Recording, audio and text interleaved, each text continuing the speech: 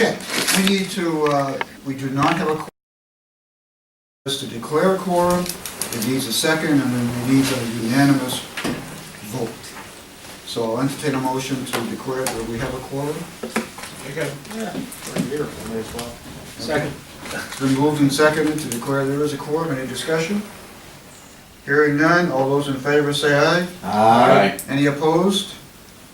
Motion carried. Minutes. Minutes in the packet. Yeah. I didn't see it in the email. You know, in my packet. I have them here. I didn't have it in the email yesterday. Minutes of February 14, 2018. I would entertain a motion to accept the minutes as written. So moved? Is there a second? Second. It's been moved and seconded. Any changes?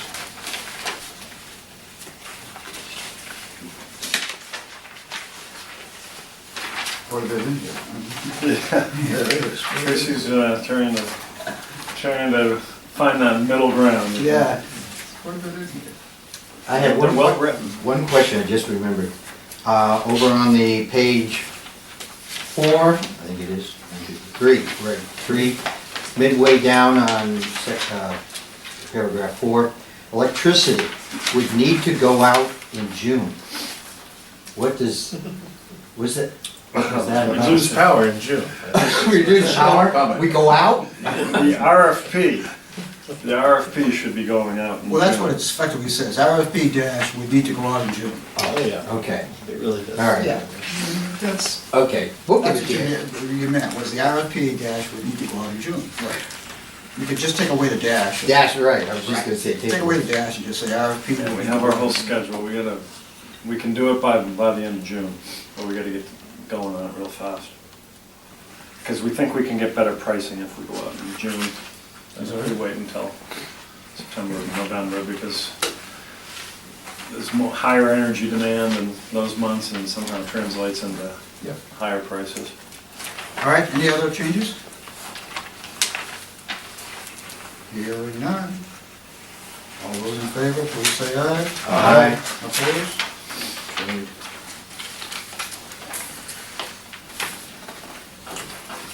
Treasurer's report. Any highlights, Joe? Yeah, well, you have your highlights in the packet.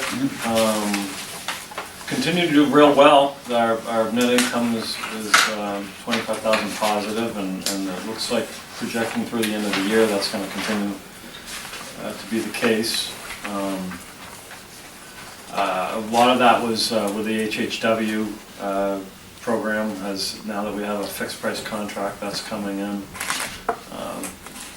below budget, so that's going to be very helpful. What else is there to say about that? Any questions on the budget?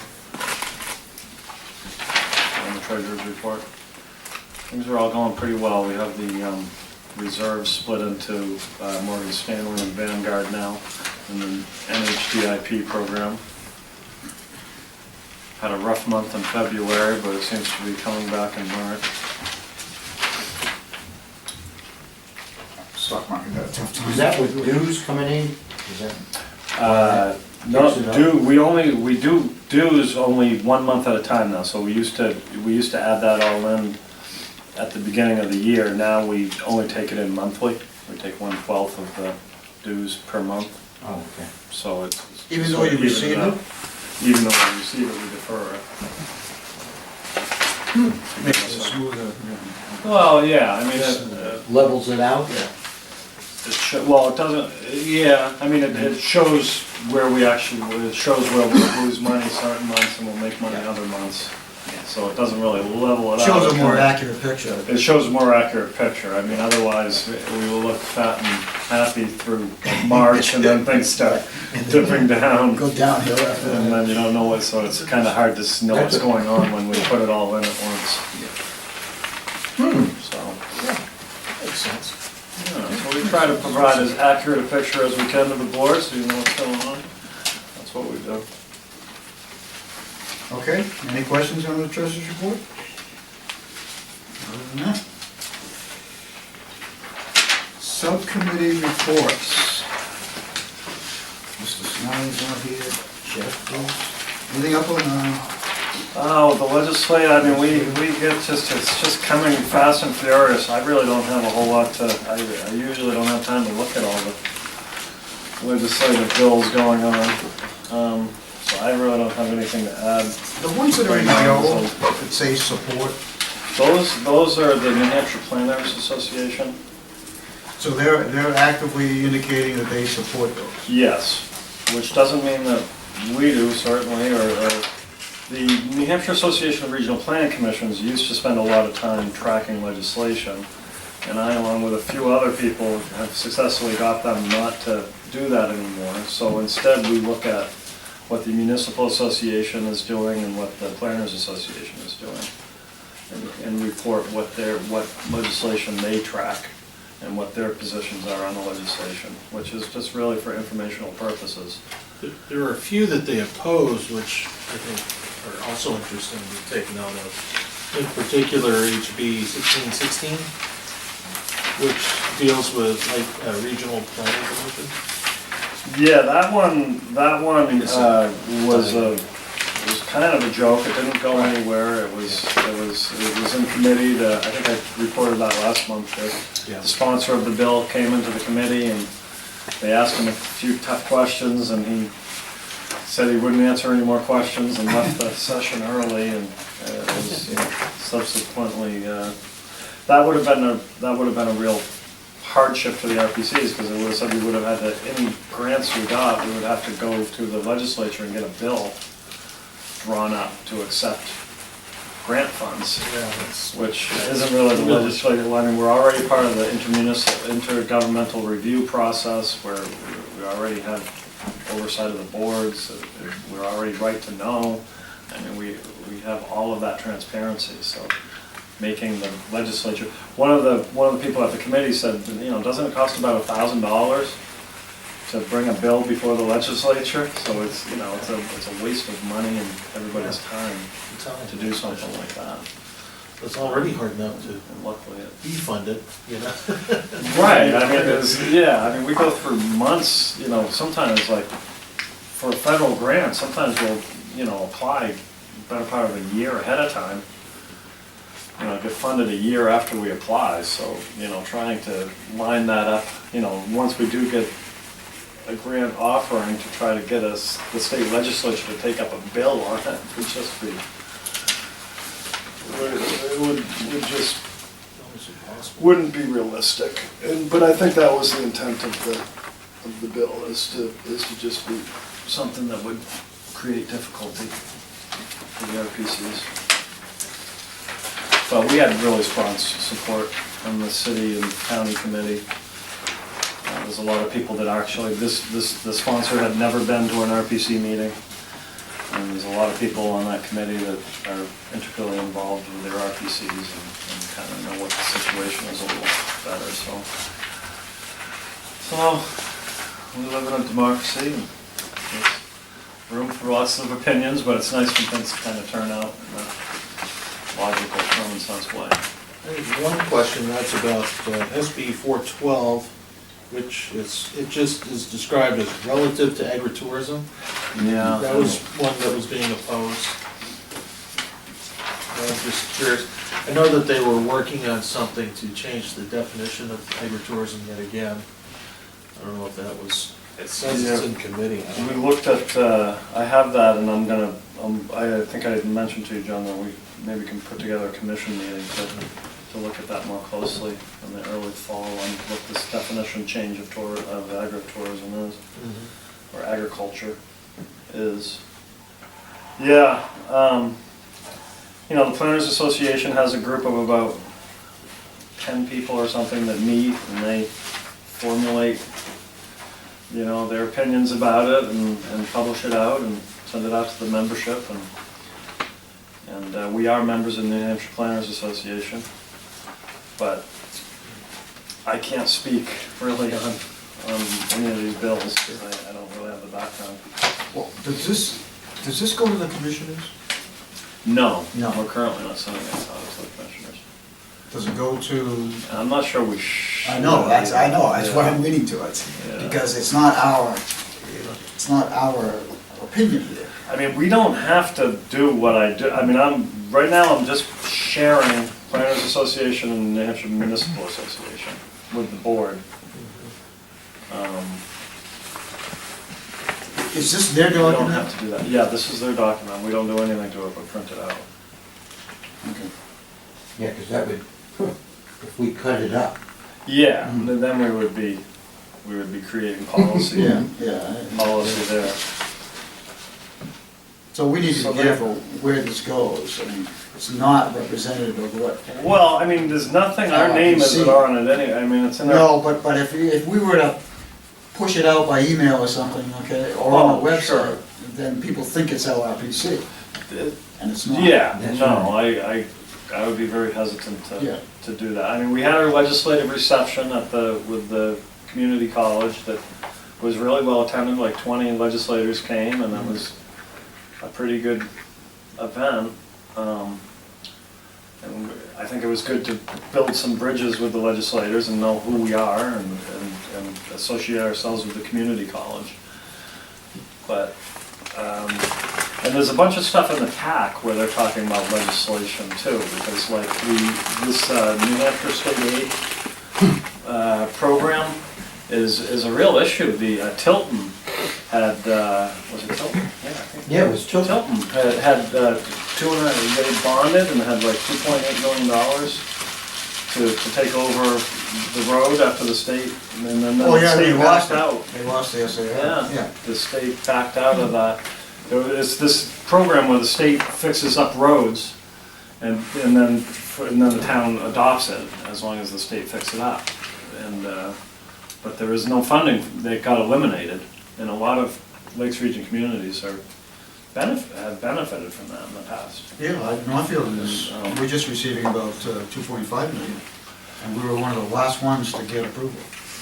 So I think it's something that I think the TAC committee is interested in lobbying more for Lakes Region legislators. And we have, Representative McConkey is now the chairman of the infrastructure committee from Freedom Ossipee area, and Jeb Bradley is the majority leader of the Senate. Right. And you know, so they're both interested in that legislation, to add that program back to the Transportation Act.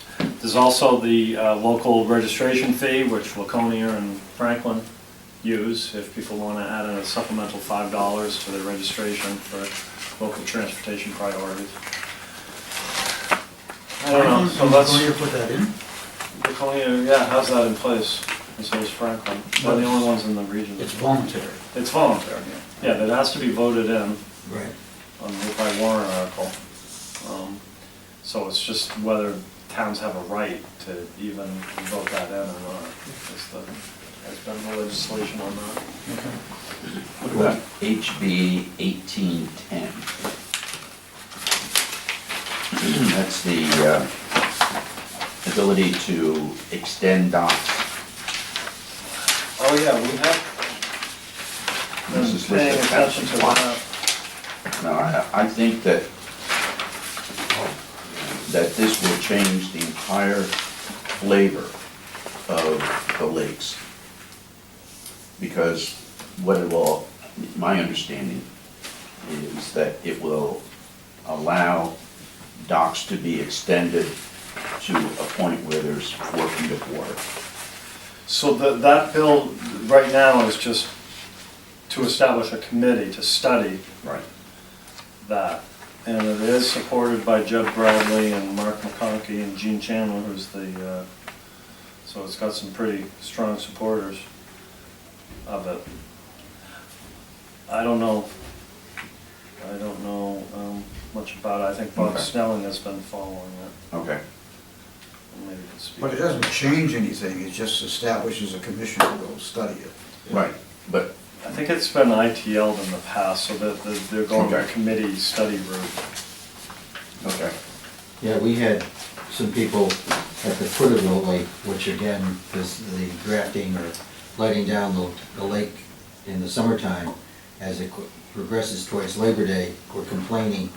And there was one lady that was up for retirement from a job in Massachusetts, and she came up here with a ball of fire. And she was not nice about it, but I think this is probably some of it as well. She really went after, because she spent all this money on this summer house, now renovated for year-round, and she wanted that boat to be able to be accessed all the way out and all the way back in. And it was quite... All year? Well, no. I mean, they don't draw the water down until late fall. Ours starts probably right after, I would say, 4th of July. They evaluate the rain, Wow. and then really watch it, and then they bring... I live right on it, so as far as seeing it, I mean, I work a beach, so I can tell you, it's... Last year, it went down quite fast, as far as they were anticipating all this off-run, because they've done, Newfound Lake has done a very serious study, 144,000 acres that they've studied all the way around the lake for inlets coming in, streams as such.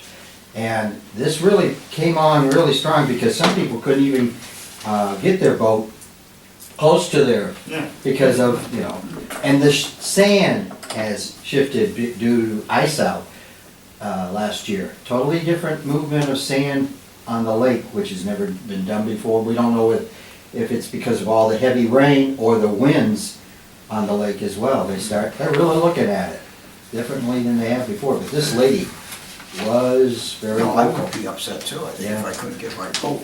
Well, you look at the foot of the lake, they kept saying, who put all these moorings here? They were never there before. Well, we've got a marine patrol that goes, oh, that's a boat. Oh, there's another boat. But they never check. Really physically go and look at it. You're supposed to have a tag. Exactly. Oh, but they're chasing boats up in there. We don't have that many, but it's getting to the point where a lot of these condominiums are pushing for this, because they want, bigger docking area and all, and there's only so much room. It's an issue in Winnipesaukee as well, Yeah. and a lot of places they were wetlands, and then the level of the lake was raised, and you lose 6 inches of water, which happens naturally, and they can't dock anymore. And then next thing you know, they're asking for a dredge and fill. Oh, yeah. Well, a longer dock, and there are places where you'd have to go 100 feet to get to 4 feet of water. There are, like Dean says, there are some coves in Winnipesaukee that would be all dock. If everybody went out to get their 4 feet. That's true. I mean, we've had our lake was dredged in 69, I think, 68 or 69, right at the foot of the lake, in order for that water to literally go out. Because it is spring fed. We have 18 springs, and that water comes from a long ways away, actually from Asbestos, Canada. That's where they put a dye test on it to see how far away would it come. And it does, and it fills based on what's up, out of Canada. Is that the name of the town? Yeah. Yeah. Asbestos. Asbestos. Oh, yeah. Conocook, up there in Conocook, Canada. Probably not a good place to live. Yeah, it is definitely, but, I mean, as far as the dredging, they had to in order to dissipate the lake over time, because they try to judge it based on the thickness of the ice and everything else. What comes in, what has to go out somewhat, but the docking situation, this one lady did raise a real big firestorm. Okay, anything else on legislative? No? There is a, in your packet, there's a memo from Mr. Taylor on the Rail Authority report. Was there a TAC meeting, Jeff? There was a TAC meeting. But he didn't make a presentation. No, he didn't make it. He does a written report to us on it, because he used to be the rail authority commissioner from the lakes, until it was reformatted. Now he's just taking an active interest in it. What did we do at the TAC meeting?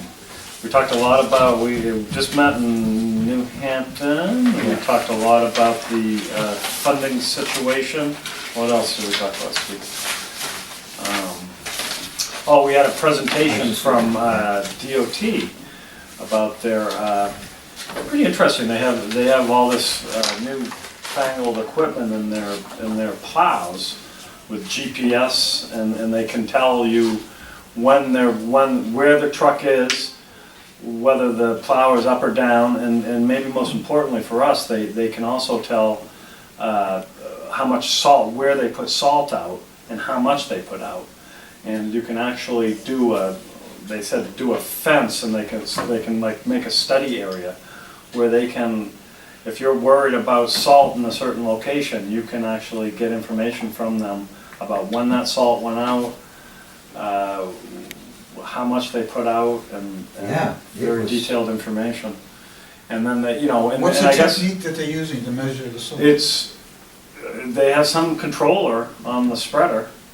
They said that that's the limitation of that they're finding they might need to spend a little bit more money on their Mechanical monster. They can tell the wing plow versus the front plow, where they're at. It was really, But Well, he you said put one of sensors in. yeah. one of the biggest And they have the savings control. So they that can see it. has resulted is everyone likes to blame DOT for their broken windshields and things like that. Now they can say, actually that wasn't our, you were driving down the road at this time and got a broken windshield, but our truck wasn't anywhere in that vicinity, and so it couldn't have been us. It's maybe Continental Paving that has orange trucks too. So that was kind of interesting, but I thought it was, we have a lot of public works people on the TAC that are interested in that, and we've had paving technique presentations before, but what I found interesting is, I know with Squam Lake, who's working on a management plan, one of their major concerns is salt, and you can really potentially get some very detailed data and do some modeling on the impact of how much salt is being laid and what that impact on the water quality is. So that was. It can actually, as he was saying on the salt, then they can figure out how much they need to purchase to keep up with, future storms. But what I was really, it's $1,000 per truck to do this. There's 200 trucks that they've done so far, something like that. Something like that. But the soft, and they have a control that they can see, and it actually does troubleshooting on the vehicle as well, Yeah. if there's an issue. And they can tell exactly, of course, GPS where they are, whether they go out, are they a particular truck that goes out after hours as opposed during, because there's a cleanup type, I guess you would call it ghost truck or something like that, that came out after hours, where they are, because it was really fascinating how they do it. And the control, to really figure out how much really salt, but they called it, was it a fencing or something like that? Yeah. Fencing in the area around a stream that they want, and it notifies the driver about letting up on the spreading of the salt. Because that way, again, like Squam, very much, environmentalists want to know. And the other one was, when they cross the state line in Massachusetts, they got to turn it off. Well, they tried to turn it off at the right time. We give a little salt, as long as they give us a little salt back. I thought that was kind of interesting. Is there a monthly rental charge or something that? They purchased this software. This software is not from Netherlands. Yeah. It's controlled from the Netherlands on I don't know the whole. Or is it Newfoundland? Is it Newfoundland or Netherlands? I'm not sure. But it was. No, I think they pay like a monthly fee for the software, but then they purchase the equipment. Yeah. They said that it's saved more than it's cost them so far. Because they can move it from And truck to truck if they have. But they can tell, when people are in the truck, and I mean, it's kind of, I think some of the public works guys were this sounds a little Big Brother-ish. Yeah, that's exactly what a lot of them. Because they know when you're in the truck, they know where the truck is, they know when you're working, they know when you're not working. I'm looking they know at when that you're- in Northfield, to put in something like that. Yeah. So I know where my trucks are and how they're moving and. And the whether guy or not- said, if they're moving. we're not, Yeah. we're not spying on you, we're just keeping track of our Right, equipment. right, yeah, right, of course, of Which course. is- He said, well, almost half of the plowers are private contractors Yeah, too, which I Oh, for the wasn't state? really aware yeah. of. Yeah. It's all color coded to, there's, Oh, we yeah, were waiting for a he- truck to move. He can even. get a Waiting for live, he gets on the screen and he has a live picture of these trucks moving all around the state, so he knows what route, so if someone calls up and says, you haven't plowed my road and this is ridiculous. Well, ma'am, we just were there at 6 Half hour a.m. We ago. laid sand and salt in your area. Do these monitors have like a webcam too, that they can see? They don't have the webcam. He said they drew the line at that because there were a lot of liability issues in terms of having that information. You can see people and you can see, private information. And he said, sometimes too much information is a bad thing too, that Right. people will want to know. It'll come up in a lawsuit where somebody gets in an accident, they'll want to subpoena the records from DOT. Right. Well, police But departments. I know they have that, I mean, they're saying that, but I'm knowing at the same time, they have this intelligent transportation system that they call throughout the state, and there's cameras all over the roads, everywhere, throughout the state. So there's pictures of people driving pretty much anywhere. Well, you don't need, State. you don't need permission to videotape anybody Right. It's just Outside. that audio. outside. I think it's, Audio you do, but not video. yeah.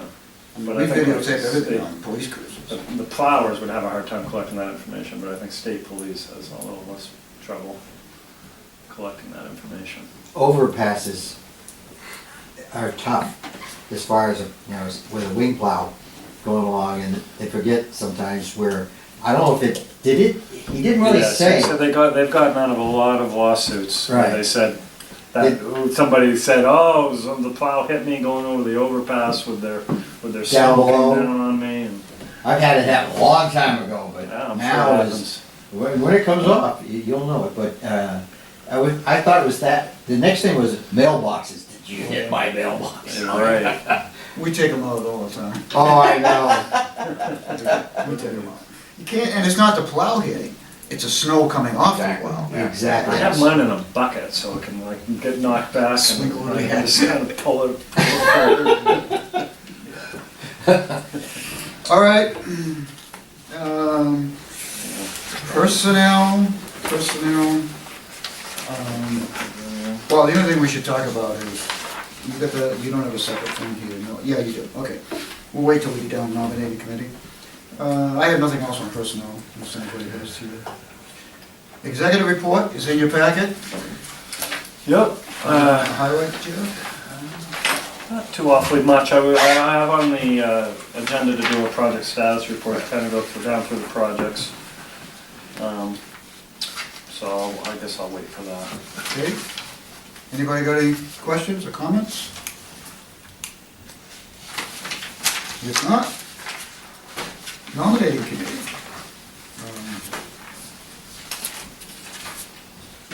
It's that time of year again where we need to look at officers, and typically the vice chair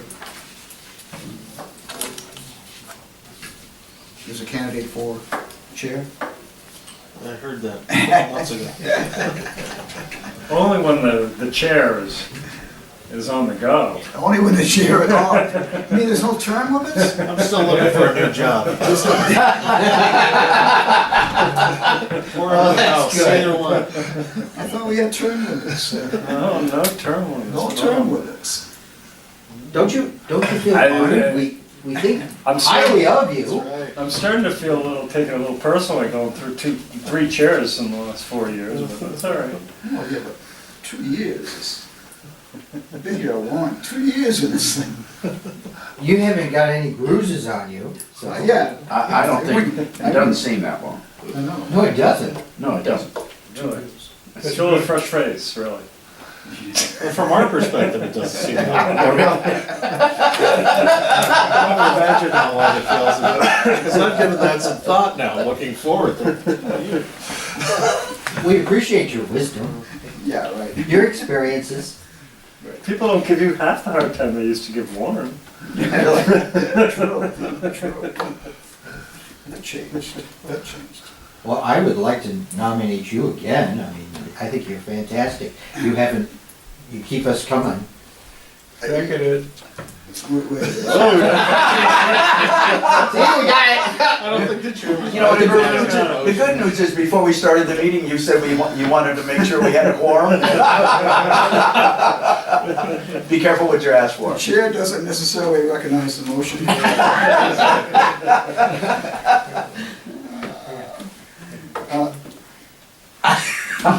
You guys don't have a problem with that? No. With you? You okay? With you? Yeah. Oh, yeah. I'm great with that. Really, yeah. All right, fine, Yes, fine. that's good I'll news. go with That's it, good and I'll news. do it again. Oh, it's a Excellent. 2-year term now. It is a 2-year term now. Yeah. Listen, we give you free parking, Coffee. coffee, bagels. Whatever you want, I mean, we can go to Dunkin' Donuts, we can go to bakery, whatever you need. You okay with Vice? I am fine with advice. And I think Pat said That she gives was them okay. one more day out on the golf course. And I was okay with treasurer. Yes. So, Good. make They up a don't want to list, move up, but make they're up a list okay and with let's go with it. it. Excellent, Okay. good. That didn't hurt. No, but it is. John's going, thank God. This is a great day for sure. No speech this year, Joe, Yeah, just think. or the awards, I guess we need the awards. Yeah. I think I could be there this year, too. That's great. Now, just so you guys, we may have some openings on the executive board as we go forward here. And we don't have any resignations yet, but Not that I know of. But I know Tony is very busy down there with Yeah, being there. exactly. And, Yeah. so I don't know what's gonna happen, but if you know of somebody, do we have a max limit on this? Yeah, we have, do. there's 12 members of the executive board, there's the 4 officers, the four from the areas, Okay, and then the right. 4 at large, Yep. Okay, so we need to watch that, but. yeah. Yeah, Okay. John Cotton wasn't able to be here today, but he's still going strong. So, Yeah. Yeah, He's- I thought they was following him on the way over today, because we had a waste management dumpster truck in front of us. And I thought, is that his truck? I mean, his car right behind it, and it's like, no, it was another Subaru, just like his. I was hoping that he would not come. Yeah. Yeah, it's tough. we have all your beautiful faces on the website now. Good shots. Oh my gosh. Adding that, that personal touch.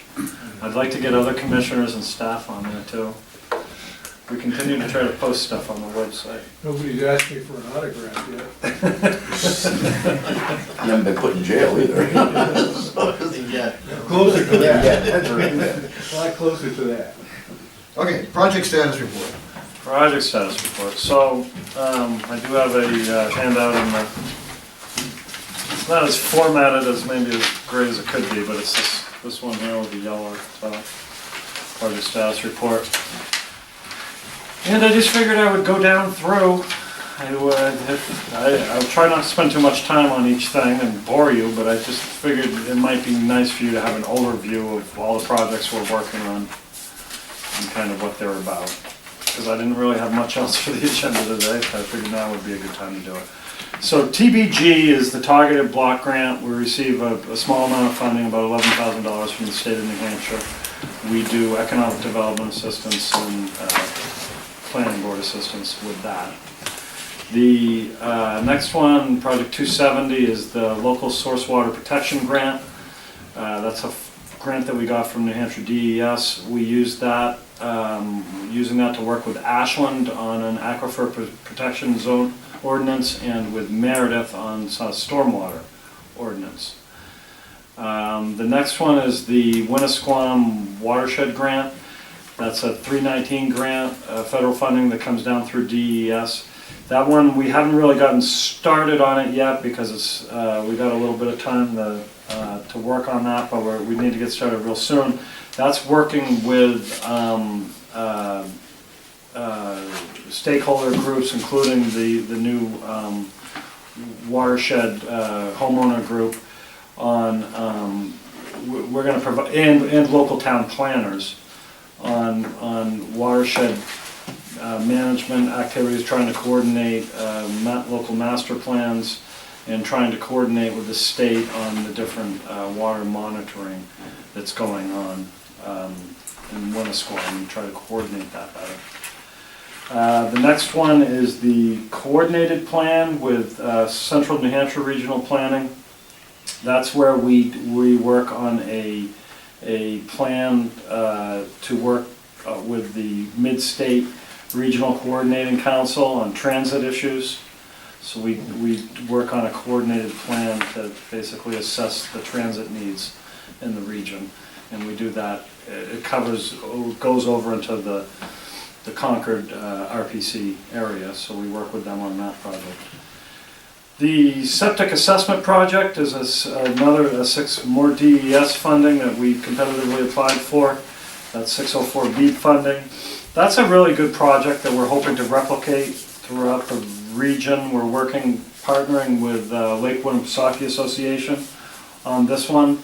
They had done a project on Waukee that was similar, where we do an inventory of all the septics within a buffer around a shoreland or shoreland area, and work with and then we run a water quality model to see what impact those septics could be having on the water quality, and then we work with the community on some different land use ordinances that they might consider if they want to improve the water quality in that area.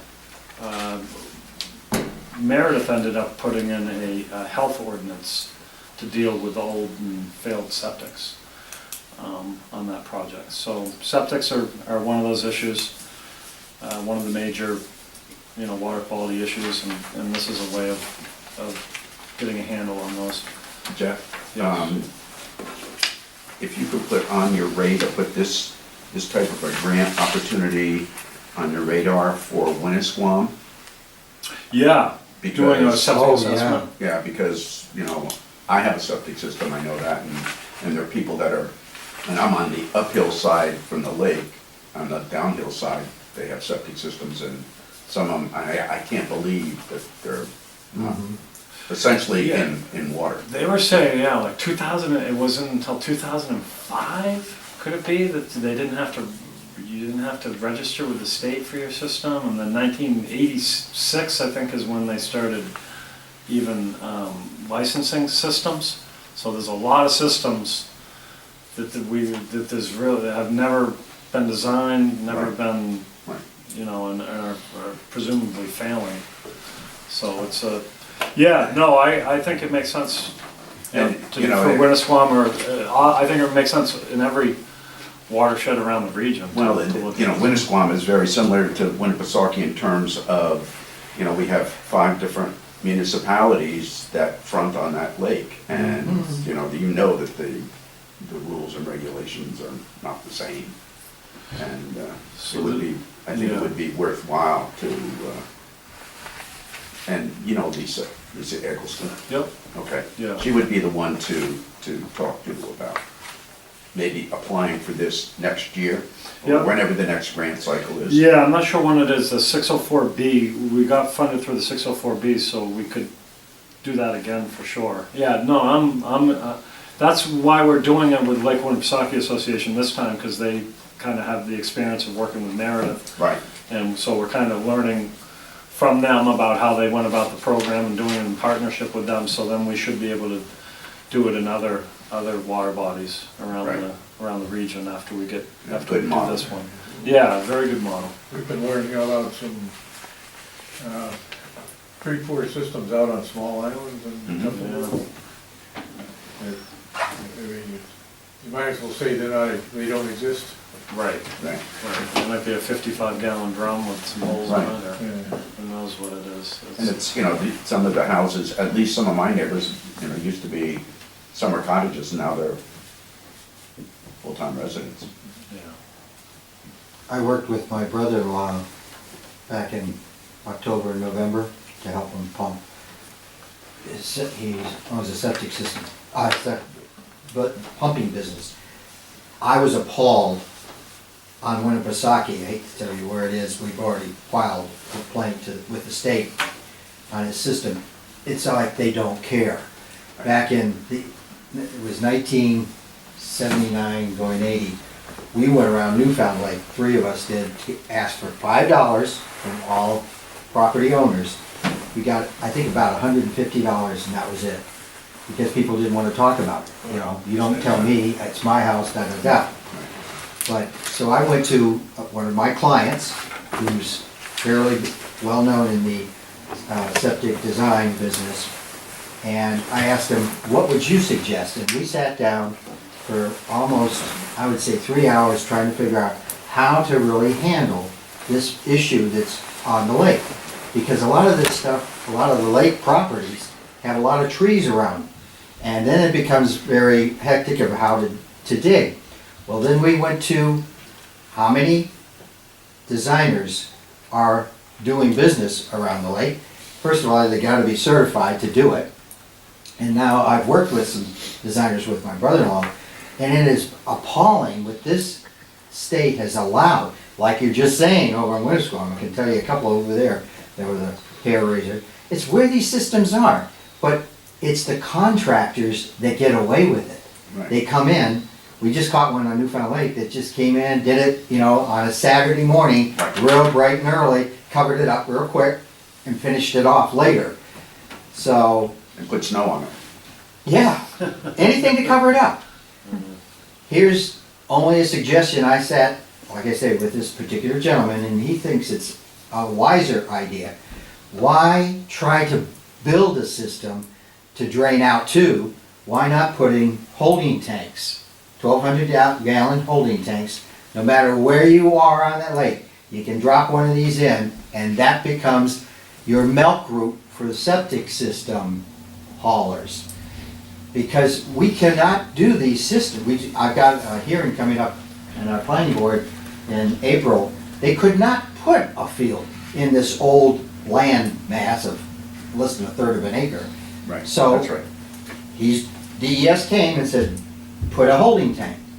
Well, now they're starting to listen, DES is. Don't try to reinvent the wheel and pump it 600 miles up, on a hill.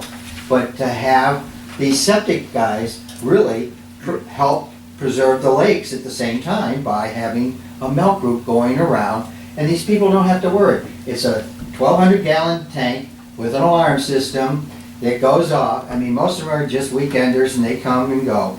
But this prevents, and then all of a sudden becomes a federal grant way of getting some money to offset damaging the lake quality. And so this thing is starting to tumble. This particular gentleman, friend of mine, that I've had as a customer for eons, is doing it overseas, in Australia. Australia, that's an odd place to do it. He's doing it in Africa, the same thing, because they can't, the land doesn't allow it in some areas or whatever, but it gives them a permanent pumping system as opposed to dumping system into the earth. And you take it to the treatment center, Franklin's Treatment Center. Have you ever been to it? Mm-hmm. It is amazing. I mean, I've been to it a lot of times, but it is half used right now. Right. And they make, they make some money from the haulers. Right. But now, Lampert, I think it is, or whatever it is, over in, Mhm. yeah, they've got 2 commercial trucks now. And they're hauling a lot of commercial restaurant situations. It's amazing how much of this stuff is now coming, but I'm just saying, I've worked with this gentleman and he's now going across, he has a lot of McDonald's. I was amazed at how much they dump, and without realizing it, grease. And that's a big, big business now, to take and either or they filter it or do all kinds of other things, but no, our lakes are, I've seen on Lake Winnipesaukee, it gross you out. They don't care, absolutely not, so what, it'll just dissipate. So, yeah, Moldboro also is looking at potentially extending the Winnipesaukee River Basin program. It only goes to Center Harbor now, and they're talking about extending that. Oh, yeah. Yeah. The brownfields program, we're about halfway through that. We're trying to work with the State School Commission on that, investing a good chunk of money in that. That's, well, they've been getting up and running. There's been a little bit of downtime, but we're moving forward with that. We have a bunch of petroleum money left where we need to find more petroleum sites that have petroleum contamination. A lot of the low-hanging fruit with gas stations and other things have been addressed on that. So that's one thing we're going to be concentrating on a lot and doing a bunch of outreach out to communities on. So when you say petroleum, what's the definition of petroleum? Gas? No, Yeah, I mean, I think petroleum products. It could be It's not- gas, oil, propane. Okay, so it is gasoline. Yes. Okay, Yeah. all right, okay. Yeah. It's different in New York State. Are you trying to reach out to places or communities Yes. or whatever? Trying to find places that need that. You might want to Yeah. try the Laconia Airport Authority, see if they have any history of that or any Yeah. unaddressed Any kind problem yet. of like leaking tanks or things like Well, that. I mean, they They're just have, usually- they have so much fuel Right. generally in that area, there may have been something that hasn't yet been addressed, and where they're, almost at lake level and everything drains. Yeah. Goes down into Fairly Lily Pond. close, yeah, it's Yeah. fairly, yeah, and to And then Lily the- Pond also, Then to Black Brook and then right down into the Big Lake. but There you also go. Yeah. into Winnipesaukee through the Meadowbrook and some of That's those a other good idea, communities. yeah. That might be worth a call to them. I wonder if there's other airports too that we could look at. Yeah. That's a good idea.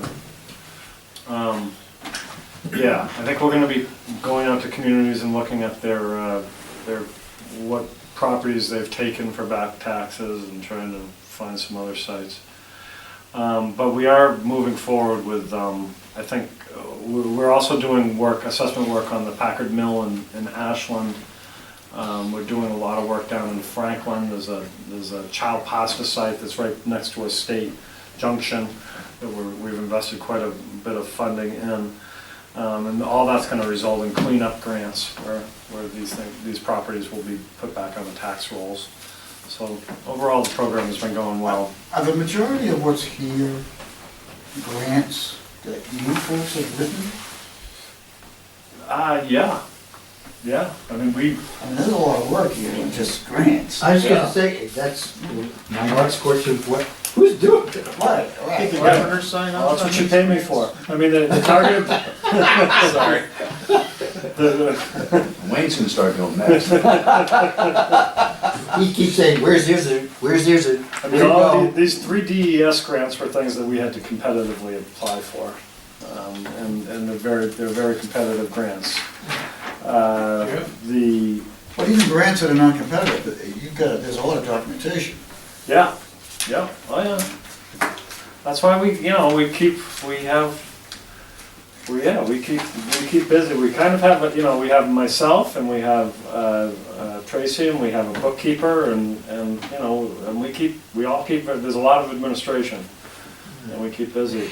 Yeah. There's a lot of, and all our funding is different too. So it all comes with different matching funds, different strings reporting attached. requirements. Yeah.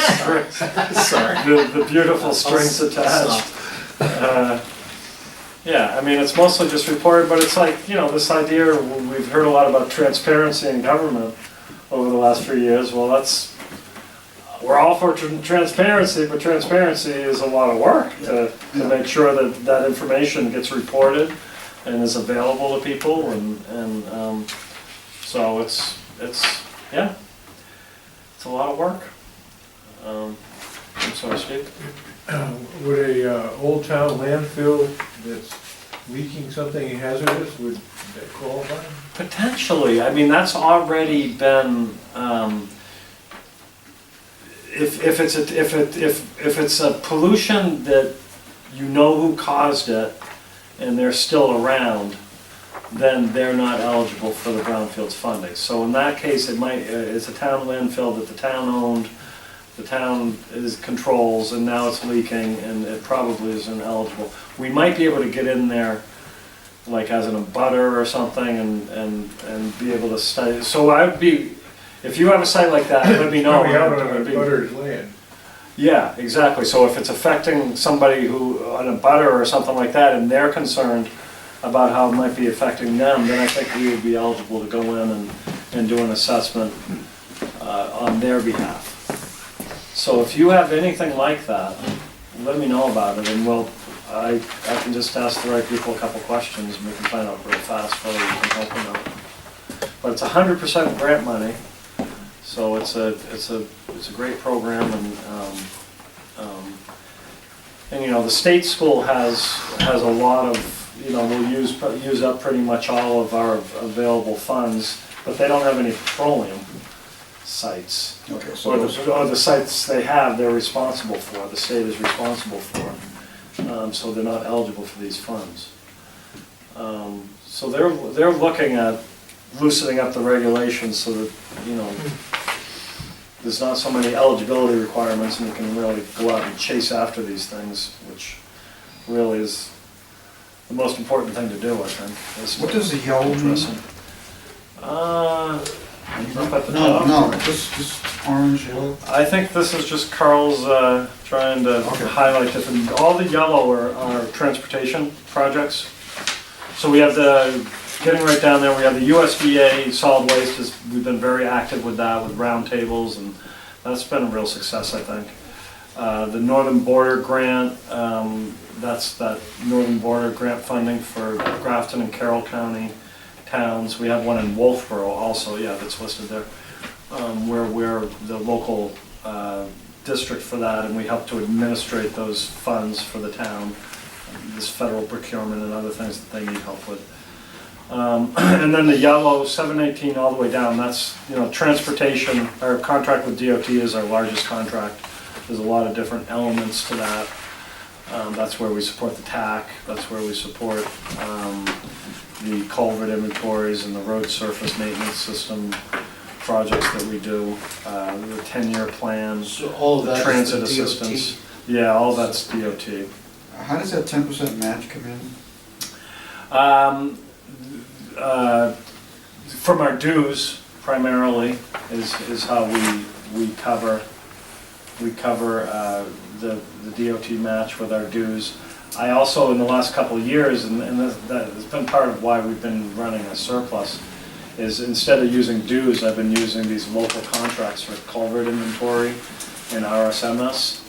That I can count that as the match. So that means that we have to use less cash from our dues, and that's why we've got a pretty good net income situation going on, part of it.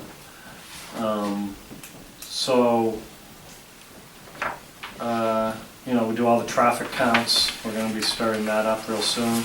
We do 200 or 300 traffic counts every year for DOT. And assist with, you know, we're going to have a commission meeting coming up looking at Route 16 corridor study, and there'll be other corridor studies that we're going to be looking at. So that's all the DOT, and I guess we keep going here. The Tufton Borough Master Plan, that's one that we've been messing around with for a while. I think we're starting to really make some good progress on that, though. Working with a couple chapters of the master plan there. We actually, I think we just extended our contract into, June. It was going to be done in April. But Susan has been great. Having Susan on board has been great. She's a real asset to the organization and to our communities. She's just top notch. So she's really getting on top of a lot of these things. Alexandria, that's the hazard mitigation plan. We got 5 more of those coming up after Alexandria. These hazard mitigation plans, we lose our shirt a lot of times with these hazard mitigation plans, because it's just a lot of, we gotta go through the Homeland Security Office, we gotta go through FEMA. They keep on kicking the document back and saying, this is supposed to be a local plan, but you have to include this language in it.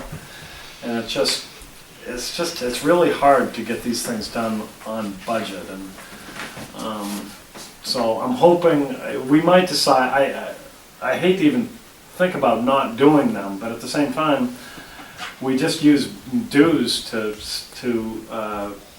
back these things up, so it's not really fair that we're using everyone's dues to support doing hazard Why don't mitigation you- plans in a small number of communities. Is this a grant that you can get for the 8,000? Yeah, it's 100% grant from Homeland Security, and the town doesn't pay anything. Yeah, but why don't we charge the town?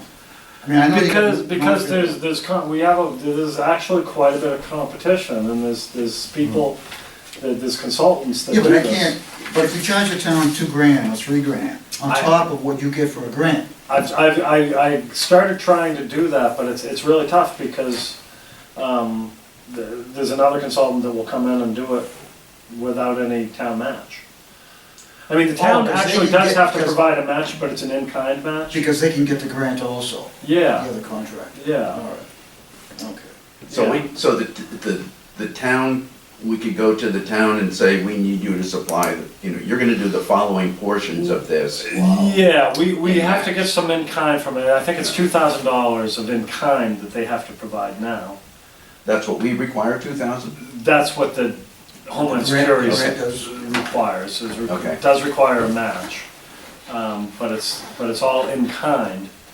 And I've looked at asking towns for cash on top of that to make it a little bit more achievable for the budget, and it's just hard because somebody else will come in and do it. It's kind of one of those growing areas of planning. I mean, Homeland Security, all this, resiliency and emergency planning is all, seems like it's certainly a high priority area for resources at the federal level, so I hate to not keep our hand in doing the Well, so work. how can the other guy do it and you can't? Well, I mean, one of the consultants is somebody that doesn't have much overhead. She used to work for North Country. I used to work with her in North Country. She has a 2-year associate's degree, learned some GIS skills, and she's Small just, operation, okay. she works on her own and doesn't have any overhead. And, when I try to talk to Homeland Security about the fact that, yeah, we understand somebody that's on their own, a single person on their own can come in and do this cheaper because they have no overhead. But isn't that kind of beside the point? The point is when a big disaster does come, you have an infrastructure of people that know what's going on. You have the RPC that's been here for 50 years, that's got the plan and got the information and got somebody familiar with the emergency planning, and that can, we can react, within a moment's notice when a disaster occurs. Doesn't it make sense to invest in the infrastructure to react to a disaster, rather than just trying to whip these things off as cheaply as possible and check a box and move on to the next one? And that's kind of laid on deaf ears, to be honest with you. I just wanted to say that Gilford's fire department has probably gone to this person, because they're redoing theirs right now. Yeah. And I think one way she has managed to get the matching money or whatever, or the equivalent, is she's involved probably 5 or 6 town employees, and, we meet for a couple hours every Right, month. that's the in-kind piece. Yes. And we do that too. Okay. We have to document $2,000 of in-kind, and it's Yeah. basically the meeting time of the Right. different participants. Right, and when you get, 4 department heads or whatever together, that adds up quicker than, Yeah. if you've got some others, but anyhow, Yeah, we're able to get the in-kind isn't too much of a problem. Okay. It's just trying to get the thing done. You try to get it done in like 3 or 4 meetings, and it ends up taking, 3 or 4 meetings over 6 months, and then it ends up being 5 or 6 or 7 meetings over a year. Yeah, we've had, And it's just, Dave was working on it, and when I came into the organization, we had $50,000 grant, and we had spent well over $100,000 on to do 10 towns. wow. And then I assigned Mike the principal planner to work on. I'm thinking, okay, we need to reinvent this a little bit and try to find a way to do this more economically. He went over just as much as the previous person. So now I have, you know, Susan is new. She's just taking them on. We'll see what she can do, but it's, you know, kind of the writing is on the wall that these things can't. If you want to, I've talked to other RPCs and where they've had stable staff doing it over a number of years, they said they don't usually go over more than 10%. So that's what gives me some hope that I would have probably pushed to drop these a long time ago if I didn't think there was some hope. You gotta that make would them come a in. cookie cutter type of thing. That's what it is. I mean, we can't, part of what we've tried to do in the past, I think, is tried to be too reactive to the community. We try to do this in a grassroots level and really get that input from the community and really customize it to that community. And then we suffer from it because we try to get that approved and they say, oh, this isn't, no, you have to include this and this and this. Well, the community didn't want to include that. This is what they want to go about it. Oh, well, you gotta have this language in there. So then we end up, just putting the cookie cutter together. So I think you're right. We need to just go in. I've told people, sometimes, like with a master plan, sometimes you just gotta pretty much write the thing and bring it and have them, approve it and edit it and stuff like that. And trying to do it from the grassroots, from the bottom up, doesn't always work. I mean, sometimes we just have to come in with almost a finished product and get them to bless it. Right. Or just add what they want to add, but keep a minimum is what's required. So that's not a very satisfying thing for a planner to do, I know. but that's what we're struggling with here. We used an EMS individual, director, deputy, and as such, to come and do ours. When I joined FEMA in 2008, I was sat down in Providence, Rhode Island for my first disaster, and I was asked to do a crosswalk. What the hell's a crosswalk? Crosswalk, right. What it is we go through all the hazardous mitigation plans. And there is a procedure that FEMA has, and believe me, I worked on that I went through 12 courses of all this stuff that you have to do. So we had a room of 5 of us, and we had double screens, and we were looking at what they put up versus what they really need. And we would just, cross-reference it, go through, re-edit, the whole thing. When I walk into a hazardous situation, such as Hurricane Sandy, the first question I ask, do you have a hazardous mitigation plan? And if they say, huh? Sorry, see you, next, and we would move on. Because we have a time element. We have roughly 3 weeks to set up. It's just like being in the military. You've got a mission to do, and you have to go in and ask these questions as quickly as you can, because you've got to get everybody at least halfway back into So work as again. Steve said, it's really important to have these plans in place to get FEMA's assistance. If a road They agent, can withhold some of their assistance if you don't have Exactly. these plans in place. So they're important to have in place. if a road agent doesn't have a maintenance plan, next, seriously, we move on. Because I had a staff to work with, we had, I think it was 21 to 27 of us. And we have all engineers, civil engineers, oh, you name it, we've got them. Historians, architects, people I didn't even thought we would ever need to do this. But you have to figure out where you really have to focus first, and that's the hospitals. So I had 8 hospitals, I had to go and ask those questions. We go in with a team of anywhere from 3 to 8, and we ask all the questions, bring all 31 people we had at St. Luke's, and we were going through all the questions, and they were like going, oh shit, oh no. And again, they were up against the wall. They didn't even have a staircase from the first floor to the second. The only way you could do it was by elevator. Guess who reported them real quick? Because they took it out. They didn't need it. They'd rather have this big meeting or welcome lounge area, and they took out. Until they lose electricity. Yeah, exactly. But again, we used EMS to do this, but again, there's 2 ladies north of us that do this. And they called me in on a particular town. I said, I'm sorry, I can't do that right at this moment, I'm still attached. But I get FEMA stuff almost on a weekly basis of training, webinars that you can go to for towns and what have you. And I've stayed in touch with it, and even the trainer that I originally went with back in 2008, he too, because they ask us, did you do this there, did you do that? And they follow up on the thing. And it is true that they get a little too testy, FEMA does, for, oh, you gotta have it just this way.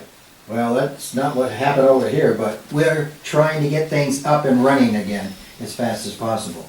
But we used Laconia's EMS director. He came over and did our emergency management and hazardous mitigation, because that's what I went, through with FEMA for a long time, and it's just amazing how fast this has to move and get them back up. And it is almost cookie cutter. It really is. Okay. Jeff? So we finished up the Laconia master plan, the Laconia hazard mitigation plan, and the Molten Borough master plan. Then you see the 5 other for Effingham, Gilmington, Northfield, Molten Borough, and Wolfboro, where we're doing hazard mitigation plans.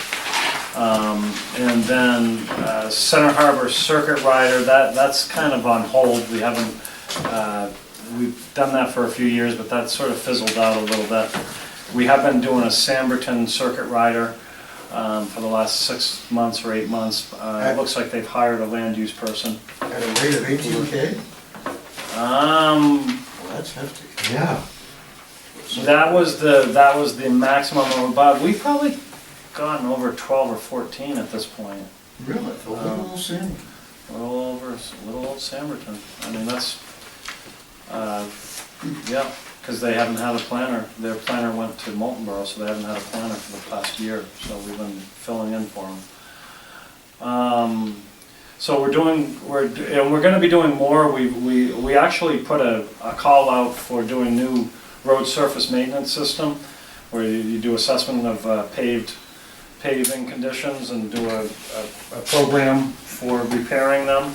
And we've got a huge response on that, so we have at least 6 or 8 communities that would like that done this summer. We probably won't be able to get all those done this summer. And we haven't even gone out to ask for more culvert inventory interested communities, because I think we're gonna be busy with the road surface maintenance system, the RSMS. And then, of course, we continue with the household hazardous waste collection day. And that's it.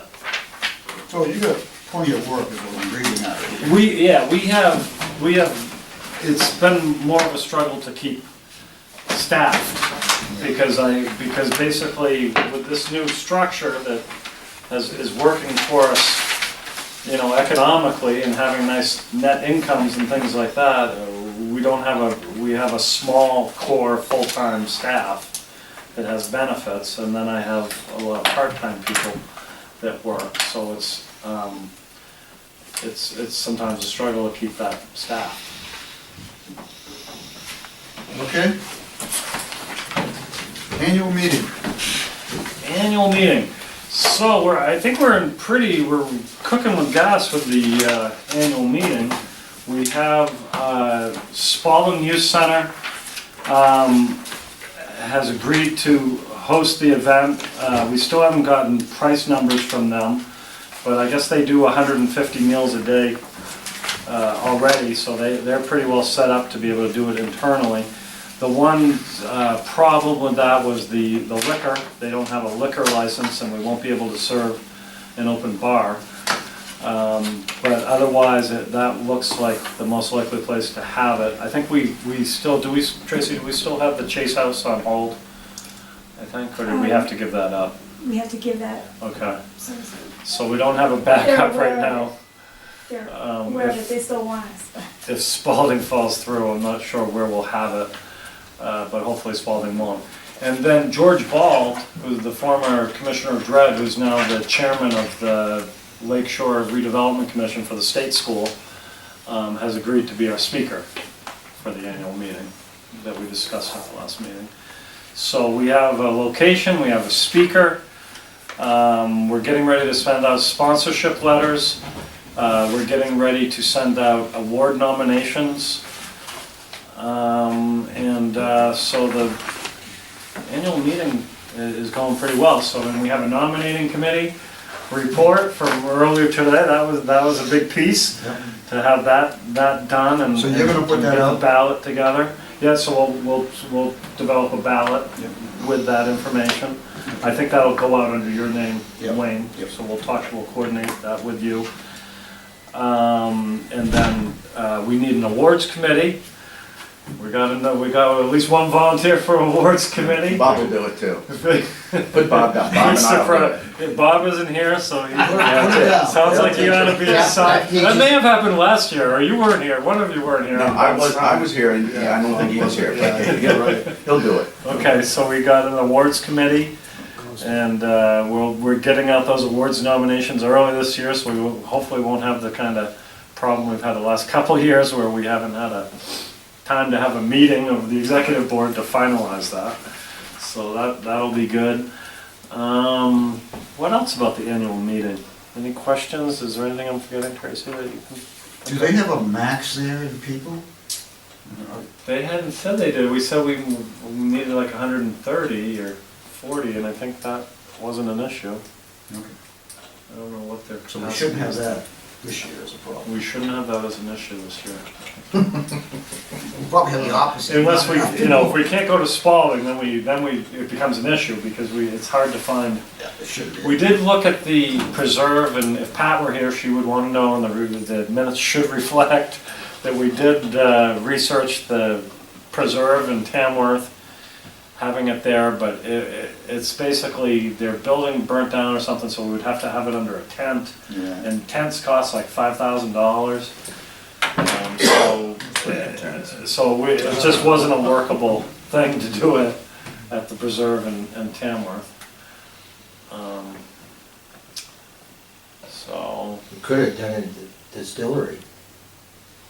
which distillery? Your backyard, or would you have a must? So Wayne. No, this that- is at Tamworth's distillery, it's really. Wayne probably Very deserves tasty a place. meeting right in his backyard. Right, that's true, with a tent, I can do it. So the Spalding should be good.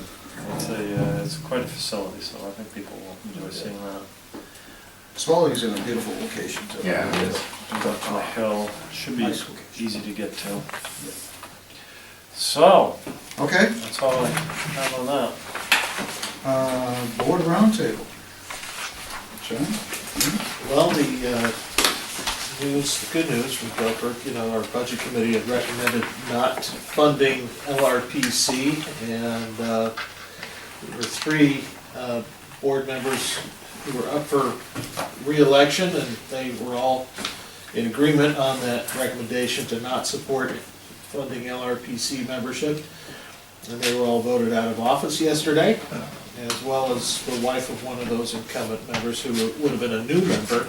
She did not get elected. So 4 new budget committee members. I don't know how they feel about LRPC, but I think this letter to the editor that was included in the packets, Everett McLaughlin is pretty well respected individual in town who's been a member of the Conservation Commission for a few years now, and he's been really leading the charge in conserving a number of pieces of land in town and getting things organized for our Conservation Commission. But he wrote a really supportive letter about LRPC in general, so I think it probably helped. Next year, perhaps a year later, we might have a new venue available in Gilford for the annual meeting. We had a presentation at the planning board meeting last week. Somebody's interested in redeveloping the Kimball Castle property. And they were like, yes. 1993, there was a site plan approved for a hotel and some other restaurant. That's never happened, obviously, and so the place has just been falling apart. But these folks would at least partially preserve what's left, and they would create some kind of an events center ideally for weddings and that kind of thing, with not very many, but a few rooms available for overnight stay, probably for, bride and groom or something like that. But they will have a kitchen there, probably we have to have somebody be a caterer or something working out of that kitchen or whatever, but I think it would be, it's got a great view of the lake, that place, and, if it works out, it might be a viable option. But, that's, maybe not next year, maybe the year after, let them kind of get established, I don't know. And we had 3 zoning ordinance amendments on the ballot yesterday, they all passed, so I was happy to see that, one of which is an overhaul of our sign ordinance in response to that US Supreme Court decision about sign ordinances, basically. Take a good look at your sign ordinance, Free speech. and you might need to tweak it. Right. Free speech. Yeah, ours will be much better going forward, hopefully easier to enforce as well. Stay away from content. Exactly, yeah, if you have to read it to make sure it complies, it's a problem. Right. Did you have Keno? No, No. Okay. Is the LRPC dues in the budget that went to the No. voters? no, in fact, what's interesting is the budget committee was trimming our dues from the Department of Planning and Land Use and trimming from every department membership dues in any organization, wanting to make individuals pay for their own membership dues.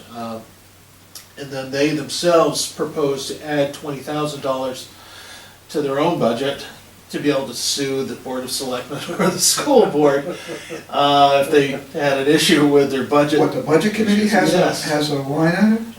Yeah, it's usually $250 just for paper and that kind of thing. But they wanted $20,000 in there this year. So the selectmen have kind of, shown their hands a little bit. They're planning on sticking with their recommended budget and probably not ever going to give any money to the budget committee if they want to sue one of the boards. But Oh, they So- are talking about quitting municipal association too. yes. Is what they were, which was, I've Yep. never heard of that before. That was on the ballot, and the voters clearly said no, belong to the New Hampshire Municipal Association. So, Okay. fairly prudent response to some fairly peculiar proposals, but anyhow, they should continue on as they have been in the past. Dean? Okay, so Laconia, the Parks and Rec Department is working with a consultant to figure out what to do with Weir's Beach, because the sand keeps disappearing. And apparently they have located a couple of locations in Paugus Bay where there are sand deposits. And I don't recall whether they've already sampled those deposits to see if it's the same sand that was on the beach, or if they're going to do that. But they're trying to figure out the best way to redesign the beach so the sand doesn't disappear, and also to look to see if there's a possibility of dredging those sand deposits and putting them back on the beach. So that's going on. I went to a presentation by the DES where they were making a presentation about changes to the wetland rules. And this is a long-term investigation to see how to make changes, and they don't seem to be particularly close to making any major changes at this time, but and it's complicated, and Yeah, they've been having hearings on that for a couple of years now. right, and they, Is that gonna be a 3-night, who are you applying to, do you know? yeah, it's going to Pardo. Oh, good. Lisa Eggleston, who's the president of the association, wrote a letter to Pardo describing what we were doing and seeing if they would be interested in a grant application, and they said that they were, so I think it's due tomorrow. And so we want to coordinate with what you're doing to make sure that, we don't duplicate tasks, and that if we have any information that's valuable to you, we share it with you. Right. We know that what you have is going to be valuable to us, so. Anyway, so trying to get 5 municipalities are fronting on the lake to all agree to do stuff the same way as we up there with herding butterflies, so anyway. So, that's it. Okay. Steve? Well, like Dean, I've been trying to mess with the wetlands regulations. Is the LRPC gonna get involved in any of that? Through the state, we haven't, I don't know, you are a LRPC, you don't have to tell me whether we're gonna get involved. I don't have any immediate plans to. Like as we said, it's been going on for 2 years. We had one of our commission meetings back about a year ago, was DES talking about the changes.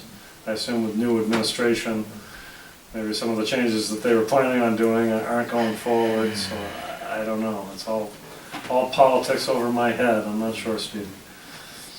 Well, a lot of other people like me are having a hard time understanding what they're actually trying to accomplish, and Well, I'm sure they must have been going in one direction, and now with the new governorship, they're, when you say that, they don't get it. yeah. So, there's a strong headwind, so I wouldn't plan on seeing anything happening until they clarify things a little more. We had our election yesterday. We had, one of the selectmen was being challenged by somebody from the group that has given the selectmen a really hard time the last few years. And he lost, the incumbent won. And then the budget committee had 2 people who would have said, who no on LRPC, and they weren't elected. Two good citizens won over them. We're just through the process of picking a consultant for our watershed plan, so that'll be kicking off in another month or so. And town meetings tonight, and $1 million library is on the agenda, so both sides are trying to get as many people as possible to stuff the school. The moderator has laid on a couple of classrooms for overflow.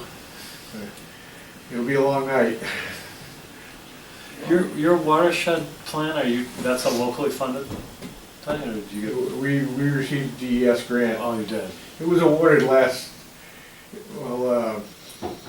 it was awarded by DES, but the money was held up in Washington for quite a while. Over everybody knows what's going on there.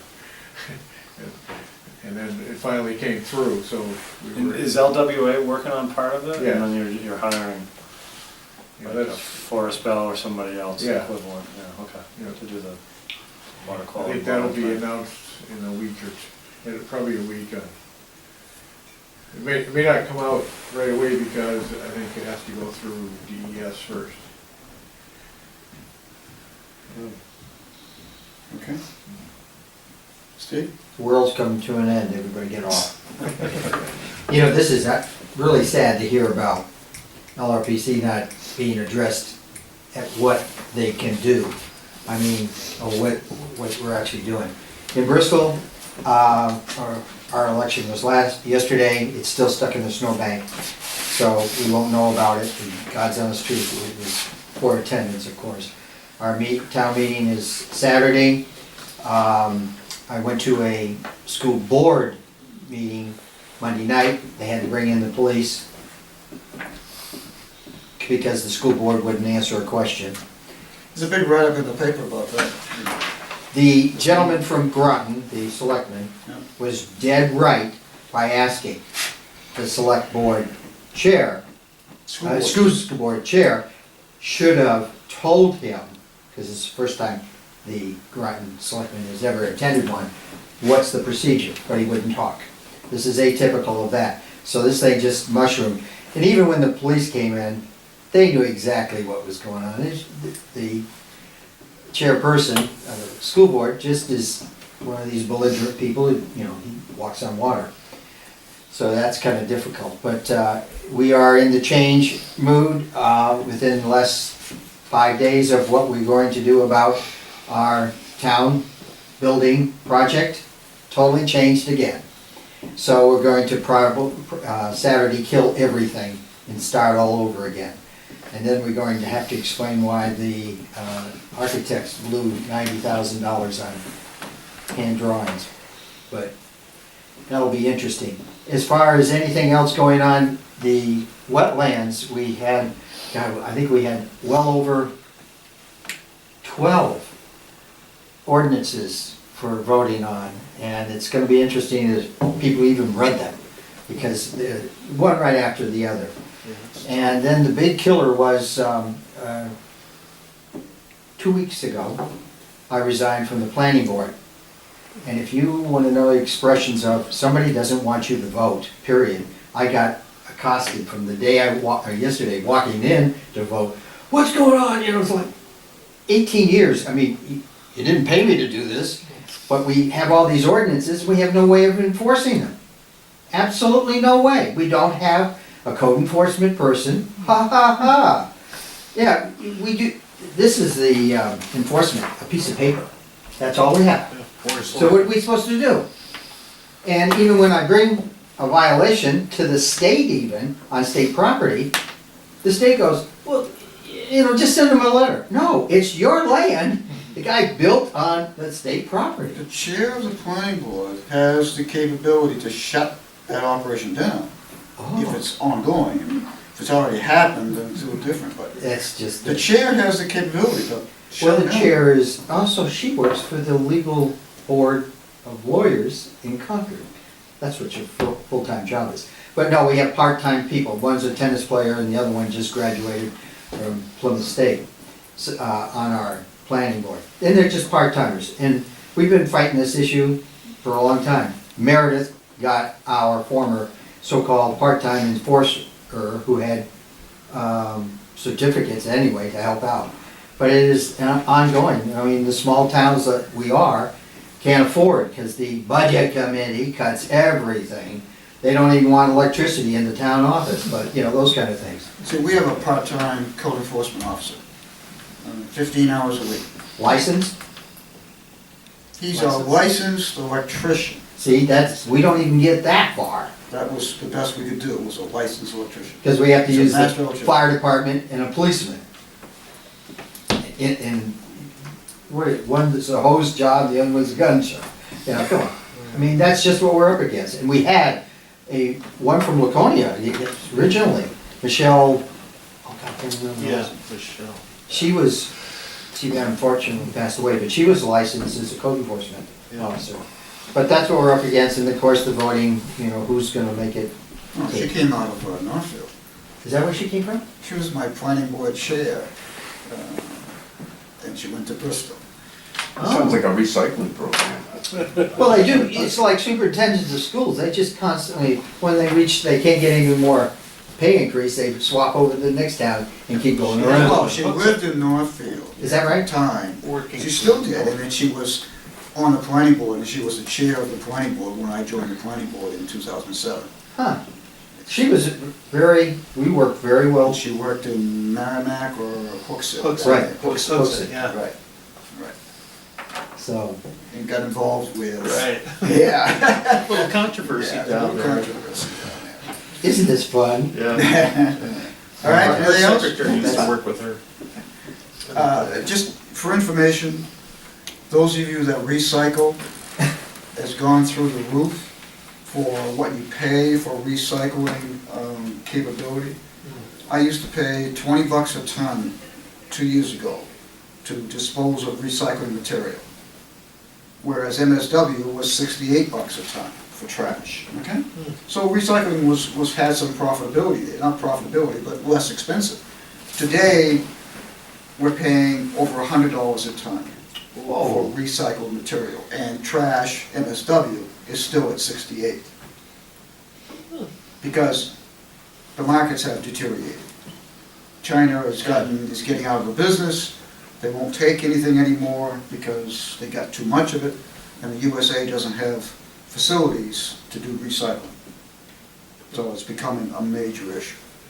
They must have plenty of landfills. Well, that's what's gonna happen, I mean, it's just gonna keep putting it into landfills. But those are becoming scarce. I just heard somebody down south is taking their stuff out to Ohio to go into a landfill. No way. No From southern way. New Hampshire to Ohio. They rail it out there? Yep. Really? Oh, With all that room in the ocean? Oh, sorry. Just kidding. Yeah, we'd never fill Mary Ann's strength. I forgot one thing. The Belknap County Conservation District, along with DES and Trout Unlimited, is having a presentation tonight. Actually, it's happening from 4:30 to 6:30, Meredith Community Center, on stream restoration. And it's, I think it's going to be worthwhile, so. Yeah, we'll actually be there, Good. talking about RSMS. Oh, that's right, and yeah, okay, stuff. sorry. is that the Well, one we no, had it's good that you before? mentioned that. Is that the program like we had before over at Squam Lake? It was on strings, wasn't it? This is a little bit different. Oh, This is it? yeah. Because it was interesting, that one was really. Yeah, Yeah, no, this is interesting. they're doing this kind of thing over at Gunstock Brook Oh, oh, with the assistance of Trout Unlimited, so we're building habitat. so no more sharks or iguanas or? No, the sharks are going to the municipal waste dump. I thought we'd give them to Gilford. Yeah, really. The interesting thing, Gilford is just now starting a transfer station. It's gonna be painful, I guess. Well, they had a budget of, I think it's $950,000, the bid came in at 1.2 million or something. We only got one bid, too. There are still, if you want to sort it yourself, bale it, there are selective markets for cardboard, newspaper, aluminum, copper, but you cannot give away mixed papers, you cannot give away plastics, nobody will even take it. Really? Glass, nobody will take it. Really? Whatever That's happened to glass, surprising. using glass for road construction? Didn't work out. Didn't work out? Didn't work out. Is that what? Cutting No, tires. yeah, because they were using it in culverts, you know, Yeah, on I've seen the that. bed of a culvert. Was it just crushing down too much, or? I don't know why, whether it deteriorates or what. I mean, glass comes from sand and whether or not it Yeah, how just can goes it back deteriorate? to sand, I don't know. Huh, No. Didn't work out. They tried putting it into roads out west. Yeah. yeah. Yeah, we used to drive on those. But didn't work out, I don't know why. Huh. So I just know there are no markets today. Interesting.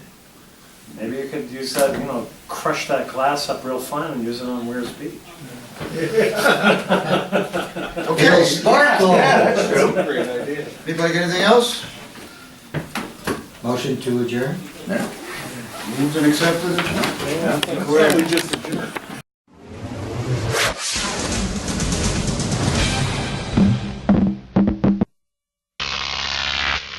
Croc TV.